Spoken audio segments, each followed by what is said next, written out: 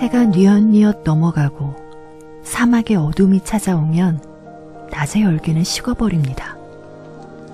움츠러든 어깨를 감싸기 위해서 두툼한 담요를 코 아래까지 두르고 모닥불 앞에 앉아요. 아, 따뜻하다.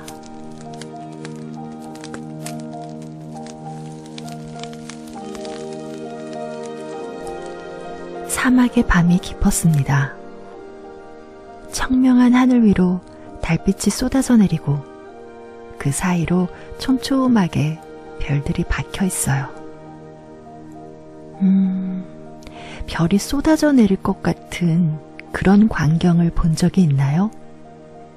가끔 하늘에 별이 차고 차면 쏟아져 내리기도 하잖아요. 잘 생각해 보세요. 그것은 종종 땅으로 슝 떨어지기도 하는데 눈 깜짝할 사이에 떨어져서 우리가 눈치채기는 좀 어렵지만 그것을 발견하면 모든 순발력을 동원해서 소원을 빌어야 해요. 별똥별이 떨어지는 짧은 순간을 놓치지 않게 말이죠.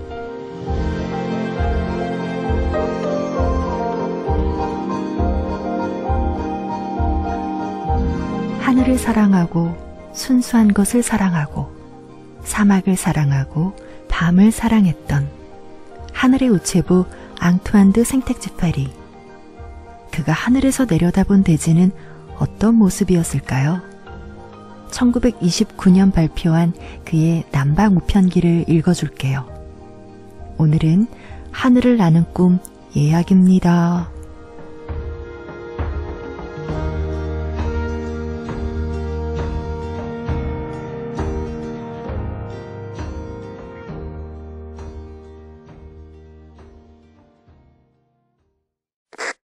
현재 시각 6시 10분.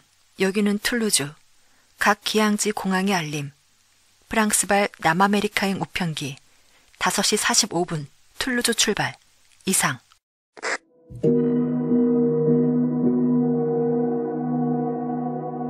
물처럼 맑은 하늘이 별들을 목욕시켜 내보냈다. 이어 밤이 찾아왔다. 달빛 아래로 사하라는 모래 언덕들을 굽이굽이 펼쳐 보였다. 우리 이마 위를 비추던 달빛은 형체를 보여준다기보다는 그것들을 빚어놓고 각각의 사물에 부드러움을 더해주듯 비춰주고 있었다. 귀가 먹먹한 소리를 내며 지나가는 우리의 발 아래로 두텁게 쌓인 모래는 황홀경을 자아냈다. 그리고 장렬하는 태양의 중압감에서 벗어난 우리는 머리를 드러낸 채 걸어가고 있었다. 이곳에서의 밤이란 평안한 집과 같다.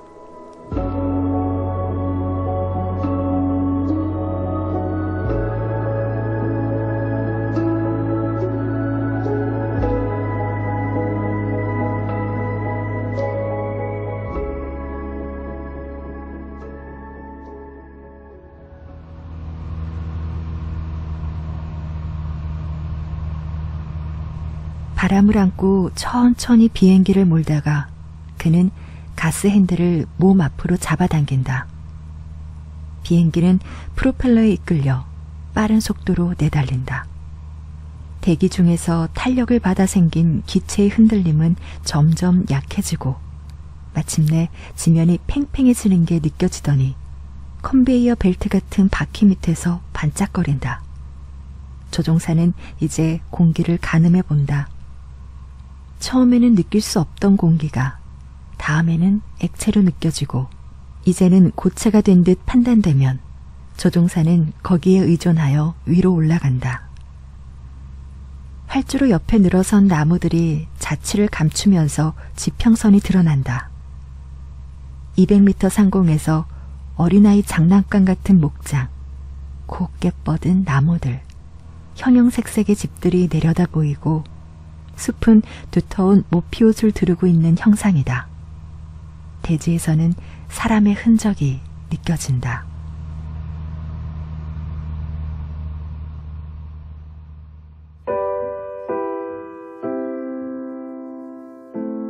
(5시간) 후에는 알리칸테, 오늘 저녁에는 아프리카다. 베르니스가 생각하는 꿈의 여정이다. 그는 편안한 마음으로 생각에 잠긴다. 모든 게 정리됐다. 어제 그는 야간 급행을 타고 파리를 떠나왔다. 정말 이상야릇한 휴가였다. 파리에서의 휴가는 얽히고 설킨 회상들이 어렴풋이 남아있고 그는 이 때문에 우울한 생각이 들었지만 이제 모든 것을 남겨두고 떠나왔다. 마치 모든 게 자기와는 아무 상관없이 흘러가기라도 할 것처럼 말이다. 현재로서 그는 밝아오는 새벽과 함께 다시 태어나는 기분이었고 스스로가 이 하루를 만들어가는 조력자로 느껴졌다. 그는 다시 생각에 잠겼다. 나는 그저 한 사람의 노동자에 지나지 않아. 아프리카 우편물을 전달해주는 사람일 뿐이지. 하루하루 세상을 건설하기 시작하는 노동자에게 있어 세상은 매일매일 시작된다.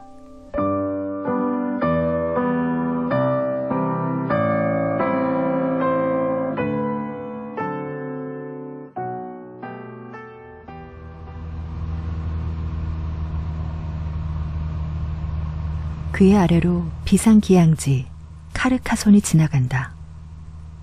얼마나 질서정연한 세계인가.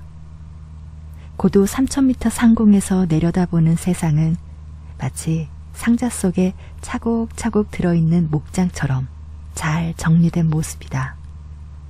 집들도 운하도 도로도 모두가 인간의 장난감 같다. 네모 반듯하게 구획이 나뉘어져 있는 세상. 그곳에는 각각의 들판이 울타리 속에 들어있고 공원은 담장으로 구분되어 있었다.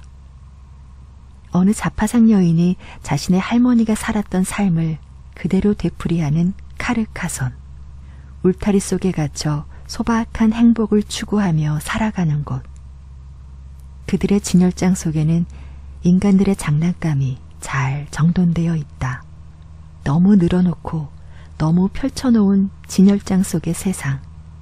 돌돌 말린 지도 위에 잘 정돈되어 있는 마을 등 느릿느릿 움직이는 이 대지는 파도가 밀려오듯 정확하게 이 같은 모습을 가져다 보여준다.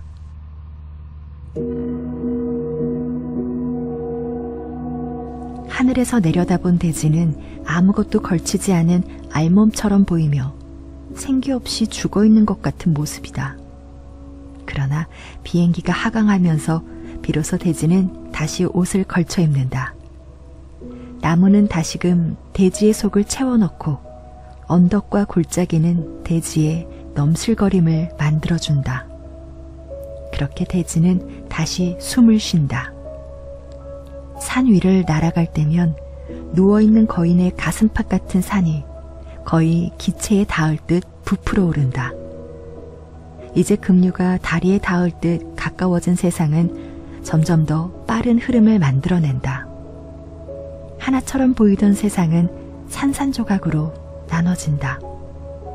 매끈했던 지평선에서는 나무와 집과 마을들이 떨어져 나와 비행기 뒤로 휙휙 날아가 버린다. 알리칸테의 착륙장은 위로 올라갔다가 잠시 흔들림을 보이다 제자리를 찾고 바퀴는 이제 가볍게 스친 뒤 아병판처럼 내리누르며 지면과 가까워지고 이내 바닥을 꾹 눌러준다.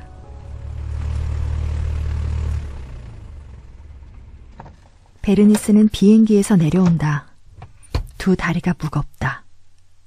잠시 그는 두 눈을 감는다. 머릿속은 여전히 엔진의 포효 소리와 생생히 살아 움직이는 주변 영상들로 가득 차 있고 팔다리는 아직도 비행기의 진동을 그대로 느끼고 있는 것 같았다. 이어 그는 사무실로 들어가 천천히 자리에 앉는다. 그런 다음 팔꿈치로 잉크병과 책 몇 권을 옆으로 밀어놓고는 612호기 항공일지를 끌어당긴다.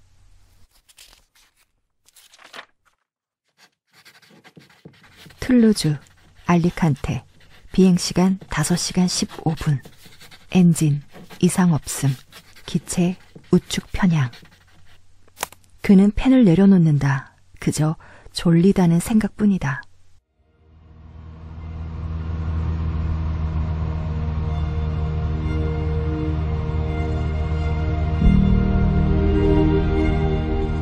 선명한 풍경 위로 떨어지는 호박색 빗줄기, 잘 갈아놓은 밭과 초원들, 오른쪽에 자리 잡은 마을, 왼쪽에 자리 잡은 양 몇 마리, 그리고 파란 하늘이 마치 천장처럼 그 모든 것을 덮고 있다. 한 채의 집이로군. 베르니스는 생각한다. 문득 그는 이 마을과 하늘과 대지가 모두 하나의 커다란 집처럼 만들어졌다는 느낌을 명확히 받았던 걸 떠올린다. 잘 정돈된 친근한 집이었다. 모든 게 너무도 꼿꼿했다. 하나가 된 그 풍경 속에서는 그 어떤 위협도 없었고 한치의 벌어짐도 없었다. 그는 그 풍경의 내부에 들어와 있는 것 같았다.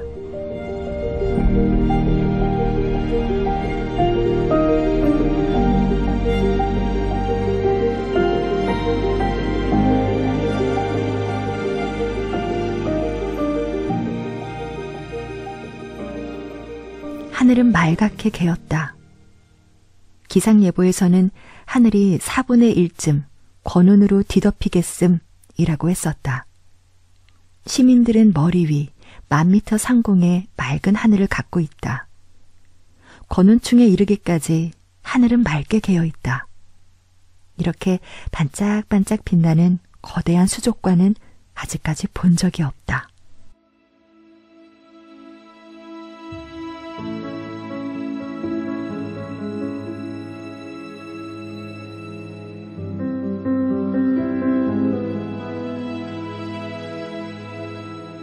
이제 악몽은 끝났다. 3만 통의 편지들 모두 안전하게 폭풍우를 헤치고 나온 것이다. 회사에서는 항상 우편물은 귀중한 거다. 우편물은 목숨보다 더 귀중한 것이다. 하고 말해왔다. 3만 명의 연인들을 살아가게 해주는 게 바로 우편물이었던 것이다. 연인들이여, 조금만 기다려라. 저녁놀이 불타는 가운데 우리가 그들에게 당도할 것이다. 지브롤터 상공은 밤일 것이다. 따라서 탱헤르를 향해 왼편으로 선회하면 베르니스는 위대한 빙원처럼 떠다니는 저 유럽 대륙에서 벗어난다. 갈색 대지를 머금은 도시 몇 개를 지나면 이어 아프리카 대륙이 펼쳐진다. 검은 덩어리들을 머금은 도시 몇 개를 지나면 다음에는 사하라가 펼쳐진다. 오늘 밤 베르니스는 대지가 옷을 벗는 모습을 목격하게 될 것이다. 베르니스는 지쳐있다. 그는 2달 전에 주누비에브를 정복하기 위해 파리로 떠났었다.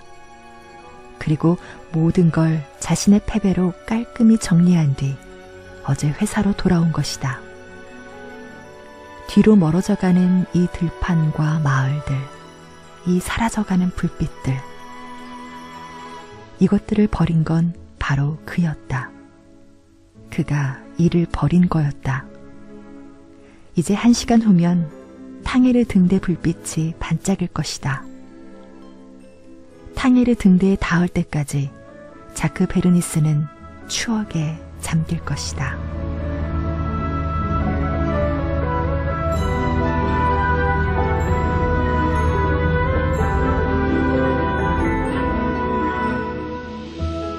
잠오는 한 뼘.